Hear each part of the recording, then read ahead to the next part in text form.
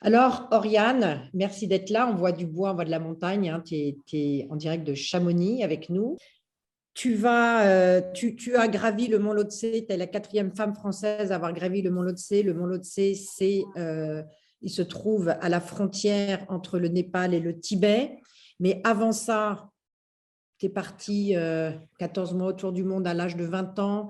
Tu as découvert le camp de base de l'Everest à 22 ans, sans faire de haute montagne, mais juste en faisant du trek. Tu as eu une hémorragie cérébrale à 25 ans dans le nord de l'Inde, où là, rentré à Paris, le chirurgien t'a dit la montagne et la plongée, c'est terminé. On verra que 10 ans plus tard, tu fais à 8000 quand même. Tu as à 33 ans, donc jusque-là, tu n'as pas fait de haute montagne. Tu fais des treks, tu as eu un coup de foudre pour l'Inde, pour le Tibet, pour le Népal, mais tu ne fais pas de montagne. Il y a 33 ans, tu cherches une idée de cadeau original pour ton père, qui va avoir 70 ans.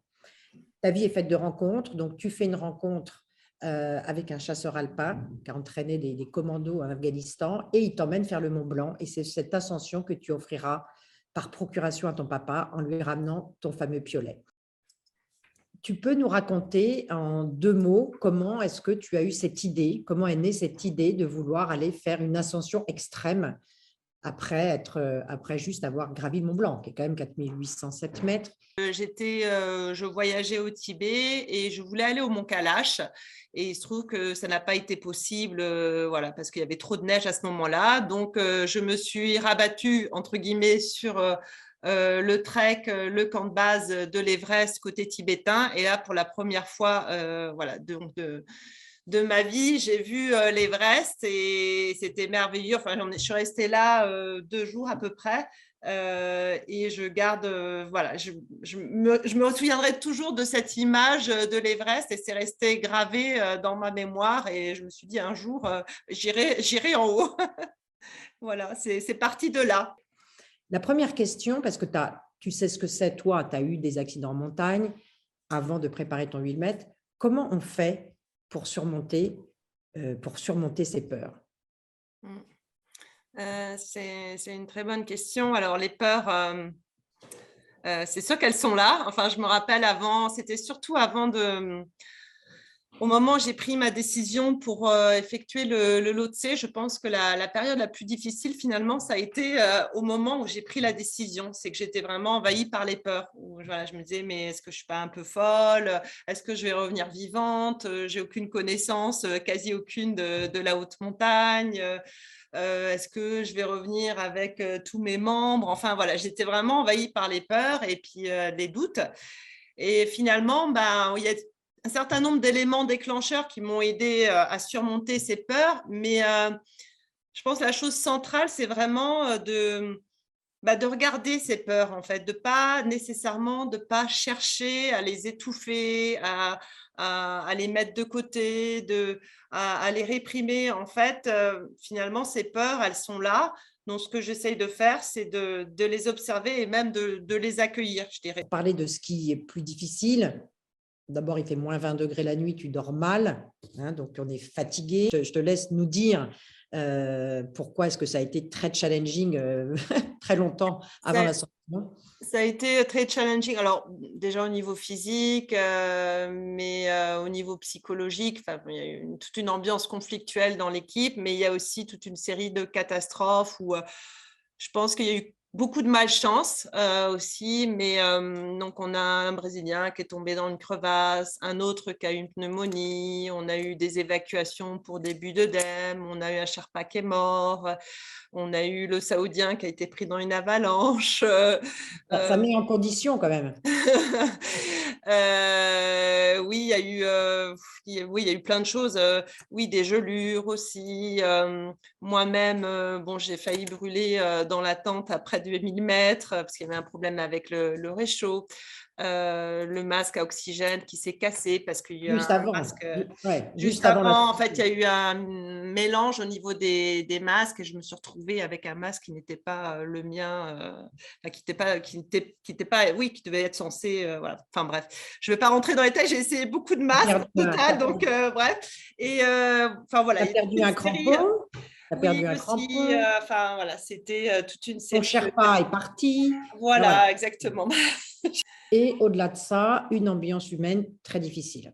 Tu peux nous en Voilà, parler? donc là, il y avait à peu près, oui, il y avait à peu près une trentaine, que ce soit les Népalais ou les Occidentaux, et puis ça s'est pas très bien passé, et notamment avec l'équipe américaine, où finalement, je me suis rendu compte qu'il y avait quand même beaucoup de jalousie, et je m'en suis rendu compte quand j'ai touché le camp 3, j'ai été la première à toucher le camp 3, et c'est au retour du camp 2 où là, en fait, on ne m'a pas adressé la parole, on a commencé à m'ignorer, puis après, ça a été des réflexions pour me fragiliser, etc. Enfin, ça a été, voilà, c'est vite devenu un enfer.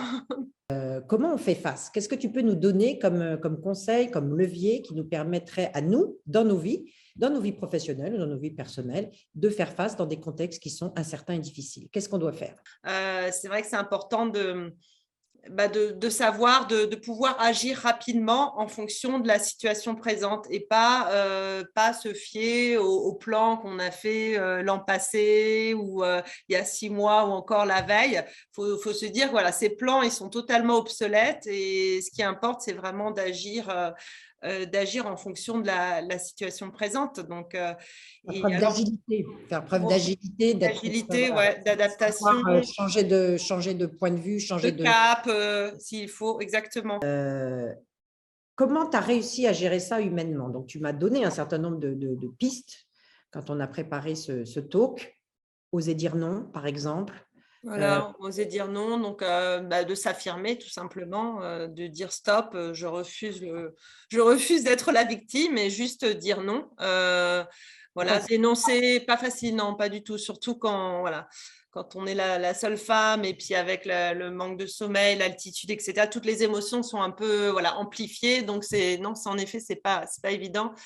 Des petits trucs pour te donner de la force. Oui, alors il y a aussi tout ce qui, je répétais en boucle des affirmations positives, type je suis sereine, je suis calme, je suis capable de choses extraordinaires, je suis au top du lotse, je suis pleine d'énergie, Ça je suis marche. confiante et ça marche. Ça Ça marche. marche, je l'ai On entend testé. souvent ça, les mantras positifs, dites-vous des mantras, je suis la meilleure, je suis la plus belle, je suis la plus formidable. Mais là, tu dis ça marche. C'est ce qui t'a permis de tenir et de continuer à grimper. Ouais, exactement, ouais, ouais, ouais. Et oui, ça peut, et puis s'affranchir du regard des autres, mais bon, encore une fois, c'est tout un travail, Hein, voilà, la mais peur du regard des autres, comment on fait? Comment on fait pour mettre ça à distance? Ça, c'est un vrai levier d'audace. Hein. alors c'est vrai que là, je peux pas les choisir pour le coup, j'essaye surtout en général de m'entourer de personnes positives, mais quand c'est pas possible, voilà, comme dans l'expédition, j'essaie de renforcer mon estime de moi, déjà notamment à travers ces affirmations, et également oui, c'est de reconnaître mes forces en fait, juste reconnaître oui, ce que je suis capable de faire et m'attribuer quelques médailles, on va dire. Donc, dans la vraie vie, si j'ose dire, c'est s'entourer de gens positifs qui vous envoient des ondes positives et qui vous permettent de vous sentir fort. Fuyez les gens qui ne croient pas en vous, qui vous amènent à une certaine toxicité, quoi. Qu'est-ce que tu as ressenti en haut du Lhotse? Qu'est-ce qu'on ressent quand on a réussi à faire cette ascension? J'ai senti de la joie, bien sûr. J'étais contente d'arriver au sommet, mais la vérité, c'est que j'avais qu'une envie, c'était de redescendre parce que voilà, on est qu'à la moitié du chemin et qu'il y a encore toute la descente et on sait très bien, c'est un milieu extrêmement hostile. Enfin, on fait que mourir à vitesse, à vitesse grand V. Donc, il faut vite redescendre et souvent, la descente est beaucoup plus dangereuse que la montée. Donc, la vraie joie, je pense que je l'ai ressentie à mon retour, au camp de base, juste un petit peu avant. Voilà, quand j'étais loin des dangers, là, j'ai réalisé, là, j'avais vraiment grimpé mon… Là, j'étais arrivée au sommet. Donc, tu reviens du Lhotse, tu reviens en France et puis là, tu décides, alors tu vas nous expliquer ce qui se passe parce que tu as décidé que finalement, à 8500, c'était pas 8516 mètres exactement, le Lhotse, c'était bien, mais ça va être finalement le début d'une grande aventure pour toi. Et on va arriver maintenant à ton futur projet. Tu réfléchis, alors tu écris un livre, hein, il y a le livre que je vous conseille d'acheter qui s'appelle « Sous l'œil de la déesse » qui raconte ton ascension au Lhotse, qui va sortir au mois de février aux éditions de Catherine C'est les Stivell. éditions du Mont Blanc qui sont dirigées par Catherine Destivelle. Voilà, donc achetez-le, vous allez voir, c'est assez palpitant ce qu'a vécu Oriane pendant cette ascension, c'est même incroyable. Et voilà, donc aujourd'hui, tu prépares un challenge. D'ailleurs, ça s'appelle le challenge des explorateurs, le grand chelem des explorateurs. Tout à fait. Quand on n'est pas initié à la montagne, je vais vous expliquer parce que moi, je suis plutôt sur l'eau que sur la montagne, donc je ne connaissais pas, mais c'est l'ascension des 7 sommets les plus hauts des 7 continents et l'atteinte des 2 pôles, Arctique et Antarctique à ski. Rien que ça. Donc ça, c'est ton futur projet qui va démarrer très, très vite puisqu'il démarre en janvier. Donc là, je te laisse la parole parce qu'il y a plein de choses à raconter. C'est comment tu te prépares parce que, évidemment, et donc il y a l'Everest dedans, on verra, il y a une carte qu'on va vous montrer tout à l'heure. Comment tu te prépares? Comment tu as eu cette idée? Et comment ça se passe? Comment est-ce qu'on prépare cette ascension au monde entier? On est dans un contexte Covid qui va, j'imagine, te mettre pas mal pareil, hein, on parlait de contexte incertain, tu vas devoir faire preuve d'agilité extrême. Comment on garde le moral, comment on garde la force, comment on s'entoure? Voilà, à toi la parole et fais-nous rêver en nous emmenant gravir tes sommets. Alors oui, donc j'ai ce projet du Grand Chelem des explorateurs qu'on appelle en anglais Explorer Grand Slam. Et d'ailleurs, je tiens à saluer ici à Jérôme Brisbourg qui est donc le deuxième Français, je crois qu'il n'y en a que 2 en fait, à accomplir donc ce Grand Chelem des explorateurs. Et donc, ça consiste essentiellement à gravir ce qu'on appelle les Seven Summits. Donc, c'est le sommet le plus haut de chacun des 7 continents. Donc, c'est l'Everest, forcément. Il y a le Denali en Amérique du Nord. Il y a également la Concagua en Amérique du Sud. Le mont Vinson en Antarctique, l'Elbrus pour l'Europe, le Kilimandjaro pour l'Afrique, et puis il y a également la pyramide de Carstens pour l'Océanie. Donc ça, c'est vraiment ce qu'on appelle les 7 sommets. Et puis en plus, il y a la partie du pôle sud et du pôle nord, donc qui correspond, voilà, l'idée, c'est d'atteindre en fait, enfin en tout cas de parcourir au moins le dernier degré du pôle sud et du pôle nord. Et ça n'a jamais été, donc ce grand chelem des explorateurs, ça n'a jamais été réalisé dans sa totalité par une Française. Voilà. Et en France, il n'y a que 2 personnes, dont Jérôme qui est ici, et puis quelqu'un que je ne connais pas, un militaire, je crois, qui a effectué ce grand chelem. Et bien sûr, l'idée à travers ce projet, c'est d'une part encourager pas que les femmes d'ailleurs, mais en particulier les femmes à oser, à se dépasser, à faire preuve d'audace. Et j'aimerais aussi pouvoir, à travers ce projet, sensibiliser sur l'impact du changement climatique et les questions environnementales. Surtout quand je vois, vivant à Chamonix, quand je vois ce qui est devenu la mer de glace. Moi, je connais Chamonix depuis que je suis née, et malheureusement, il ne reste plus grand-chose de la mer de glace, et c'est ce qui risque d'arriver, ce qui est déjà en train d'arriver à de nombreux glaciers. Et voilà, donc ces questions aussi environnementales me tiennent à cœur. Alors, une question qui arrive là, c'est combien de temps pour faire tout ça? C'est un projet qui va se dérouler sur C'est combien un de projet mois? d'environ 2 ans. Tu démarres demain, janvier 2022, donc l'Accacongua. De mémoire, l'Accacongua, c'est l'Argentine? La Concagua, ouais, l'Argentine, c'est ça. C'est un combien de… C'est un sommet qui c'est relativement simple, c'est surtout l'altitude, mais c'est presque 7000, mais c'est plus un trekking Quand même, peak. quand Voilà. même. D'accord.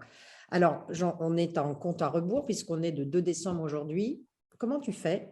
Parce qu'on se prépare même pour faire même si ce n'est pas l'Everest. L'Everest, on voit que c'est écrit le printemps 2022. Tu peux nous dire un peu comment tu anticipes tout ça? C'est quoi ton planning de préparation? Parce qu'on ne part pas juste quitter son bureau et puis prendre son piolet. Donc, comment on se prépare?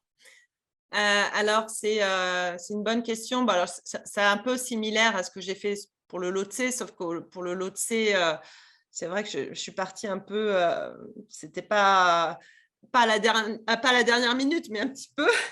Alors, la différence avec ce projet, c'est que c'est quand même un projet qui va durer 2 ans, donc il faut tenir sur la durée. Mais je dirais, il y a la préparation physique et la préparation mentale. Et je parle du mental parce que je me suis rendu compte que c'est beaucoup plus important finalement, presque que le physique. C'est le mental a vraiment un rôle primordial. Et quand j'ai grimpé le Lhotse, on voit bien que en haut, on n'est pas grand-chose en fait. On marche un peu comme un zombie. Si on n'a pas un mental fort pour nous aider à aller au sommet et surtout à redescendre, parce que là, on est vraiment épuisé quand on redescend. Si on n'a pas un mental qui est fort, on ne tient pas. Donc, la préparation mentale, ça passe, enfin en tout cas pour moi, hein, ça passe notamment par tout ce qui a trait à la méditation, yoga, la respiration, même à la visualisation aussi. Donc j'essaie de me visualiser, je ne sais pas moi, par exemple au sommet de l'Everest. Et puis à la préparation physique, alors ça peut être un entraînement en montagne. Là, je suis à Chamonix, c'est vrai que c'est facile d'aller à l'Aiguille du Midi en téléphérique. Enfin, j'ai un pass, je peux y aller quand je veux. Enfin, bon, là, il est fermé actuellement, mais il va bientôt réouvrir. C'est vrai que je peux très bien même, je ne sais pas, m'entraîner en haut. Pour l'acclimatation, il n'y a pas mieux. Et puis, il y a l'aspect plus sportif, oui, faire des sorties montagne, courir. Et puis, il y a aussi faire attention à son alimentation et En plus, notamment le jeûne. je te coupe 2 secondes parce que Oui, tu dis, on a l'impression d'aller courir, faire un petit run comme ça de temps en temps. Ben non, on t'a quand même vu prendre un bain dans de l'eau à oui, 0 degré à ça l'Aiguille du j'allais y Midi. venir, ouais. 5 minutes. 5 minutes dans l'eau à 0 degré. Moi, je ne tiens pas déjà 5 minutes dans ma douche à 15 degrés. Donc, voilà, c'est quand même des Voilà, choses ouais. extrêmes. Il y Il a faut tout la préparation, le yoga du froid. Alors en fait, pour le Lhotse, je m'étais déjà un petit peu entraînée. J'avais pas pris j'étais pas pris de cours ou pas fait de stage, mais j'avais un peu utilisé la méthode de Wim Hof. Donc Wim Hof, c'est un Hollandais qui a battu des records du froid. Donc je m'étais un petit peu inspirée de sa méthode pour mieux résister au froid. Et puis par la suite, en rentrant du Lhotse, j'ai fait aussi un stage dans les Alpes italiennes, dans la vallée d'Aoste, avec l'Institut Maurice Daubard. Donc là, c'était plus un yoga d'inspiration tibétaine qu'on appelle, ça se rapproche du Tumo. Voilà. Donc là, j'ai eu tout un entraînement aussi pendant une semaine. Donc ça m'a déjà donné quelques techniques. Et là, actuellement, je suis coachée par Sébastien Paillet, qui est le premier instructeur de la méthode Wim Hof en France et qui donc habite à Chamonix. Et donc, ça facilite. Et dernièrement, voilà, j'ai eu l'occasion notamment d'aller me baigner donc au lac Bleu, le lac Bleu qui est à 2300 mètres, donc juste en dessous de l'Aiguille du Midi, c'est au plan de l'Aiguille. Et donc là, je suis restée un certain temps dans l'eau et voilà. que tu vas avoir froid, très froid, c'est ça? Donc, ça Dans les renforce. pôles, au pôle sud surtout, il fait extrêmement froid. Enfin, c'est température. Enfin, Jérôme pourra attester, mais c'est autour des moins 40, quoi. Raconte, parce qu'on voit Ça bien un peut peu aller ce que ça jusqu'à moins 40. signifie de faire des ascensions de ces sommets, même s'ils sont tous très différents. Alors, nous, on a dit que chez Darwin, en tout cas, moi, j'essaierai et Kilimandjaro. faire le Kilimanjaro avec toi, parce qu'il faut se préparer, mais ça peut être à peu près accessible. Raconte-nous justement l'atteinte des 2 pôles, parce que ça, moi, je ne sais pas ce que c'est l'atteinte des 2 pôles à ski. Alors, Jérôme, c'est beaucoup plus parce que moi, je saurais pas Jérôme, tu dire nous en encore. parlais. D'ailleurs, il précise là, de moins 40 à moins 50 degrés. Donc, voilà. Et Jérôme, il a envie de dire un petit mot là-dessus ou... Euh, Ah, voilà, super. je me mets. Jérôme. Bonjour Oriane, contente de t'écouter Bah, moi et aussi. merci pour toute l'énergie que tu transmets. C'est vraiment chouette. Et j'aime bien écouter ta préparation parce que je sens bien que tu mets tout en place pour réussir. Et ça, c'est évidemment un des ingrédients. Et j'entends bien aussi la préparation mentale et la visualisation. Et j'ai en commun avec toi le fait que quand j'allais courir, moi aussi, je me voyais en train de marcher au sommet de l'Everest. Et donc, effectivement, tu vis l'instant avant de le vivre pour de vrai et ça facilite Aide. effectivement le dépassement des conditions de fatigue et de froid, etc., quoi. Donc là, l'atteinte des pôles, Oriane, moi, je ne sais pas ce que tu as choisi. Tu as peut-être choisi le Le dernier dernier degré. degré, mais Voilà. après, tout dépend. Voilà, Ouais. c'est plus. Et alors, c'est juste je vais renforcer la variété du projet d'Oriane. Au-delà du fait que c'est un projet sur tous les continents, c'est absolument des projets complètement différents. Tu parlais de l'Aconcagua et tu dis c'est du trek. Ben ouais, c'est effectivement du trek. Moi, je l'ai réussi la deuxième fois parce que la première tentative, on avait des vents à 140 km/h au sommet, donc on a rebroussé chemin. Mais voilà, on monte à 6 900 mètres. Et puis à l'opposé de ça, il y a voilà, l'ascension de la pyramide de Cartens. Et là, tu es avec les Papous. Le trek d'approche et d'acclimatation, ben, c'est dans la jungle. Ça veut dire que chaque pas que l'on fait, ben, on s'enfonce jusqu'au genou. Donc, c'est extrêmement éprouvant. Il pleut 24 heures sur 24. Et donc, voilà, c'est des conditions qui sont complètement différentes. Et c'est la même chose sur les pôles. Ce qui est très intéressant et très fascinant, c'est que bah, quand vous êtes en Antarctique, vous êtes sur de la glace posée sur un continent. Donc, le pôle est matérialisé et vous savez voilà, que vous vous en rapprochez, etc. Et contrairement au pôle Nord, où là, c'est la banquise. Donc, c'est une épaisseur de glace qui est posée sur l'eau et sur l'effet mental. Alors, le pôle Sud est à 2800 mètres d'altitude, donc il y a quand même une petite acclimatation à faire. C'est un endroit extrêmement sec. Et donc là, on est en train de boire 5 litres d'eau par jour parce que on se dessèche juste par la respiration. Alors que quand vous êtes au pôle Nord, et Oriane a raison, il fait un tout petit peu plus chaud. C'est-à-dire que là, je sais que nous, quand on l'a fait, on démarrait le matin, il faisait -15, on finissait à -25. En fonction de, voilà, c'était jour permanent, mais en fonction de l'inclinaison du soleil et tout ça. Mais c'est un milieu humide. Et c'est un milieu humide. Et en fait, moi, j'ai eu plus froid en fait, au pôle Nord, alors la température était supérieure en fait, qu'au pôle Sud. Et le truc mental à préparer, c'est d'ailleurs ce que tu disais tout à l'heure sur un peu le lâcher-prise en milieu incertain et tous ces points-là. C'est que, en fait, on est sur un environnement qui dérive. Et donc, juste pour vous donner une préoccupation, mais majeure que l'on a quand on plante la tente le soir, c'est prendre la position GPS. Et puis le lendemain matin, le premier truc qu'on fait, c'est reprendre la position GPS. Et en une nuit, vous dérivez de 2 km. En fait, nous, voilà, on dérivait à peu près de 2 km. Alors, quand c'est dans le bon sens, c'est plutôt une bonne nouvelle le matin. Bon, nous, ça ne nous est jamais arrivé, sauf le dernier jour, on a gagné 1 km. Mais quand c'est dans le mauvais sens, ça veut dire que vous partez le matin avec déjà un handicap de 1 demi-heure, 3/4 d'heure de temps à récupérer ce que vous avez perdu dans la nuit. Donc, mentalement, voilà. Et puis, le dernier point, et ça, c'est C'est comme le système des rotations. Quand on va pour s'acclimater, on est obligé de passer de camp en camp et de revenir au camp de base, alors que le sommet est tout à côté, entre guillemets. C'est frustrant. Et là, le dernier point, c'est le côté virtuel de l'arrivée. Puisque autrement, tous les sommets, tu vois que tu es au sommet. Quand tu seras au pôle sud, tu verras que tu es au pôle sud. Tandis que là, tu trouves ça au GPS. Et le GPS, il te dit c'est devant toi. Bon, ben voilà, c'est devant toi. Mais c'est un morceau de glace comme un morceau de glace d'à côté, de derrière, d'1 kilomètre à côté, etc. C'est virtuel en fait. Donc Ouais. la victoire se fait grâce aux instruments. Et moi, ça m'interroge toujours effectivement sur les pionniers, comment ils ont réussi, peut-être avec un système de triangulation, je ne sais pas, à dire on est donc à arriver au pôle Nord. Ouais. Donc voilà. Donc, je après... peux donner deux précisions, si vous me permettez. Donc l'Antarctique, c'est absolument son chien. Les chiens sont interdits en Antarctique. Ah, d'accord. Donc, pour D'accord. éviter de ramener des maladies ou des virus, je ne sais plus comment on dit, là, exogènes, ou je ne sais plus comment on dit. Mhm. Donc, c'est interdit, c'est-à-dire que vous avez tous les animaux, bah, ils sont sur les côtes, hein, donc tous les beaux reportages que l'on voit, hein, c'est sur les côtes. À l'intérieur, c'est quand même juste l'expérience du rien, parce qu'il n'y a rien en fait, hein, Ah, c'est du blanc, du bleu. Il fait tellement froid que bah, on sent rien en fait. Et puis avec le jour permanent, puisque j'ai regardé les dates, et évidemment, Oriane fera ça quand il y a le jour permanent, bah, voilà, vous avez juste le soleil qui tourne autour de vous, il n'y a aucun repère, donc c'est quand même une expérience assez insolite de perte de repère en fait, en l'occurrence.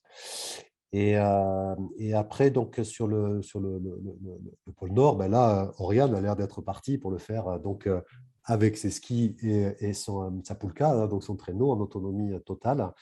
Là, ça veut dire que là, il y a une base temporaire qui est organisée par les Russes, en fait, hein, qui est posée donc à ce qu'ils appellent Barnéo. Hein, c'est absolument pas une ville puisque ça change tous les ans, puisque ça dérive. Et là, ça permet en fait de convoyer les scientifiques ou les quelques aventuriers qui veulent tenter et voilà, elle est ouverte juste en mars-avril, hein, et d'où le choix des dates d'Oriane. Mais voilà, elle est partie en autonomie. Jérôme, vous l'avez fait quand, le Grand Chelem? Alors moi, c'est un projet, contrairement à Oriane, qui m'a pris beaucoup plus de temps. Oui. Moi, j'ai démarré donc en 2004. J'ai pas commencé encore.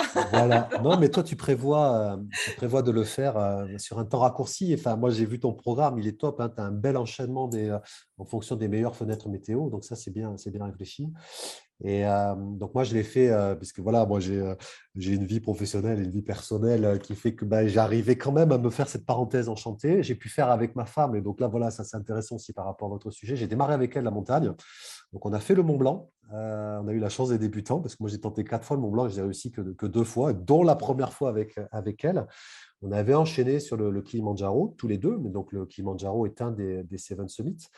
Et puis, du coup, bon, ben voilà, elle a un peu froid et ça ne l'intéresse pas de monter au-dessus de 6000 mètres. Elle s'intéresse plutôt voilà, au rallye des gazelles et toutes ces choses-là. Donc, elle a aussi son terrain d'expression. Mais voilà, moi, ça m'a pris, pour répondre à la question, de 2004 à 2020. Et moi, en fait, et contrairement à Oriane, et là, du coup, elle est bien partie. C'est-à-dire que moi, j'ai fait le Kilimandjaro, ça, c'était en 2004, et je n'ai fait l'Everest qu'en 2011, parce Oui, d'accord. qu'entre-temps, il y a eu un apprentissage. C'est-à-dire que vous êtes sur le Kilimandjaro, bon, c'est presque 6000, et l'Everest, c'est 8005. Et bien, comme disait Oriane tout à l'heure, c'est sûr que de passer de 6000 à 7000 ou de 7000 à 8000, ben, c'est un gap très, très important.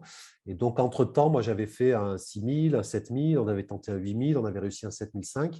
Et c'est ce qui nous avait permis de nous dire, parce que c'est pareil, c'était un groupe de Français, donc on était 7, donc avec des hommes et des femmes, un groupe mixte, des amateurs comme moi. Et du coup, on s'était dit, voilà, OK, comme on a fait 7005, on a le potentiel pour aller plus haut sur l'Everest. Et Oriane, ayant fait le Lhotse, elle a le potentiel, évidemment, pour faire le truc qui est juste à côté, qui est l'Everest. Hein, mais ça, c'est une démarche très prudente d'apprentissage, de connaissance de son potentiel, de ses capacités, de ses limites et donc de ses besoins aussi par rapport à l'équipe. Voilà, qui me paraît bien raisonnable et qui me paraît être une condition de succès. Ouais. Merci Jérôme pour ce témoignage Merci beaucoup, génial. On Jérôme. vous fera venir avec Oriane chez Darwoman parce que tout ça, ça nous passionne. C'est de l'audace, c'est des leviers dont on se sert dans notre vie de tous les jours. Et puis, c'est du réel. Moi, j'aime les gens audacieux qui ont fait des choses, pas ceux qui parlent. Donc ça, c'est génial parce que vous avez des choses à nous apprendre dont on peut se servir dans nos vies professionnelles et c'est ça l'intérêt. Oriane, tu pars au mois de janvier, donc effectivement, il faut trouver de l'argent. Donc nous, Dare Women, juste pour préciser, on soutient. Donc Oriane va faire l'ascension des 7 sommets et l'atteinte des 2 pôles. J'arrête de dire la traversée parce qu'Oriane me dit non, c'est pas la traversée, c'est l'atteinte. Si c'est possible, éventuellement, ça me plairait aussi de faire la traversée. Hein. Tout dépendra justement des fonds dont je dispose. Voilà. Et du Aux temps couleurs, donc tu le fais aux couleurs de Dare Women. Donc, je rappelle qu'elle est une association qui aide les femmes. On a un volet femmes handicap, donc on recherche des fonds pour monter des programmes pour ces femmes en situation de handicap, les aider à elles aussi avoir une employabilité qui correspond à leurs rêves, à leurs envies. On n'a pas assez parlé d'envie, mais c'est des débats, des discussions qu'on aime bien avoir et on en a une avec Oriane tout à l'heure. Pendant 2 ans, on a soutenu une navigatrice qui s'appelle Colombine Blondet, qui vient de traverser il y a 10 jours à peu près la ligne d'arrivée. Elle a fait la mini transat en solitaire aux couleurs d'un bateau, Dare Woman. On est très fiers. 100 participants. La traversée de l'Atlantique en solitaire sur un bateau de 6,50 m. Elle a 26 ans, elle est arrivée 14e. Elle n'était pas une grande navigatrice, donc on l'a accompagnée pendant 2 ans sur ce projet-là. Elle sera au Salon Nautique, si ça intéresse. On fait une soirée autour d'elle le 10 décembre. Mais c'est une sacrée jeune femme aussi, ça, qui est allée au-delà de ses peurs, qui est allée au-delà de sa capacité, selon ce qu'elle pensait, elle a géré son sommeil, elle a géré sa force physique, elle a dû apprendre la mécanique, enfin, des tas de choses très intéressantes. Donc, notre nouveau projet, c'est Oriane, on est très fiers. Donc, les fonds, eh bien, évidemment, Oriane en cherche. Et l'idée, c'est que, comme c'est Dare Women qui la soutient, donc Oriane cherche des fonds avec Dare Women de façon à pouvoir réaliser son rêve, de façon aussi à partager après, parce que c'est ça qui est intéressant. Oriane, vous avez vu, elle sait très bien parler, elle est conférencière, elle est coach, donc c'est aussi de se servir de cette expérience pour aller dans les entreprises, pour aller dans les associations, pour donner envie aux femmes d'aller un petit peu plus loin et d'accomplir leurs rêves. Donc, les fonds, c'est les entreprises. Il va y avoir un appel à fonds. Elles cherchent des partenaires, elles cherchent des mécènes. Elle peut chercher aussi des sponsors. Alors, pourquoi je dis le mot mécène? Parce que si le mécène, en fait, l'idée, c'est que le mécène donne des fonds à Dare Women et Dare Women choisit de donner les fonds à Oriane, ce qui permet une défiscalisation de 60% pour les fonds.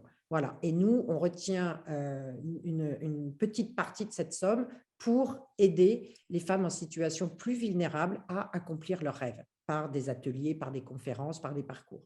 C'est ça l'idée. Donc, avis aux entreprises qui ont envie de sponsoriser ou de parrainer une femme audacieuse, eh bien, je pense qu'Oriane vous ouvrira la porte avec grand plaisir. Donc, écoute, on est nous évidemment de tout cœur avec toi. On va te suivre. Là, il y a Dominique qui demande comment suivre cette grande expédition avec Dare Women, puisque Dominique, tu es chez Dare Women et donc on continuera à communiquer sur l'avancement du projet d'Oriane qui viendra nous parler très régulièrement et puis voir, là, en fait, ça devait être une rencontre physique en présentiel aujourd'hui, donc on en fera une peut-être entre tes expéditions. Je pense que ce serait sympa. Si Monsieur Covid nous laisse, Monsieur ou Madame Covid, je ne sais pas si ça a un genre, ça, mais bon, bref, nous fiche la paix et nous permet de nous retrouver en physique. En tout cas, sinon, ce sera d'autres réunions par Zoom qui permettent à tout le monde, des gens qui sont alités, j'en vois qui sont malades, des gens qui sont à l'autre bout de la France, il y a Montpellier qui est là, il y a Chamonix, il y a des tas de gens qui sont là de tous les coins de France. Donc, ça permet aussi de pouvoir avoir tout le monde. En tout cas, Oriane, un immense merci. Je pense qu'on peut t'applaudir parce que moi, je trouve que voilà, des projets comme ça, il en faut. Ça nous fait vibrer. Ça nous emmène, ça nous inspire et on a besoin de ça. Et le mot que tu t'es dit quand tu avais 20 ans sur le chemin de Compostelle, tout est possible.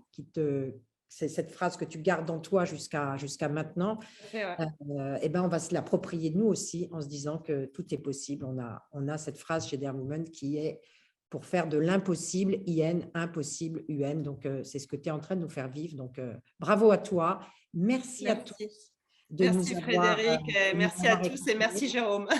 Merci Jérôme, merci à tous. Retrouvez Oriane sur darewomen.org, vous pourrez suivre ses aventures et on vous mettra aussi l'adresse de son site. Si vous êtes intéressé pour, en tant qu'entreprise, l'accompagner, pareil, darewomen.org, je vais vous mettre mon adresse mail. Et Oriane, que ce soit pour donner des fonds ou pour savoir comment effectivement la suivre, on vous mettra dans les newsletters. J'ai mal écrit, c'est Frédéric @ donc le i à Frédéric, darewomen.org. Sur le site, vous verrez l'évolution du projet d'Oriane, qui a elle-même un site qui s'appelle Dare High. Merci à tous pour nous avoir écoutés. Vous retrouvez cette interview sur les réseaux. Il y a plus de… Tout le monde dit bravo, merci. Donc, évidemment, tu as conquis tout le monde. Donc, maintenant, il n'y a plus qu'à. Il n'y a plus qu'à continuer à te lancer dans le bain froid. Il n'y a plus qu'à aller chercher de l'argent. Et on est tous avec toi pour ces ascensions formidables où tu vas nous faire rêver. Moi, je ne grimperai pas l'Everest, certainement pas. Mais le Kilimandjaro, pourquoi pas. Et ceux qui veulent nous rejoindre, eh bien, c'est avec plaisir. Et venez chez Dare Women. On a des tas de femmes comme Oriane, absolument passionnantes, qui nous emmènent avec beaucoup d'inspiration à justement accomplir nos propres rêves. Merci Oriane, merci à tous et à très bientôt. Merci.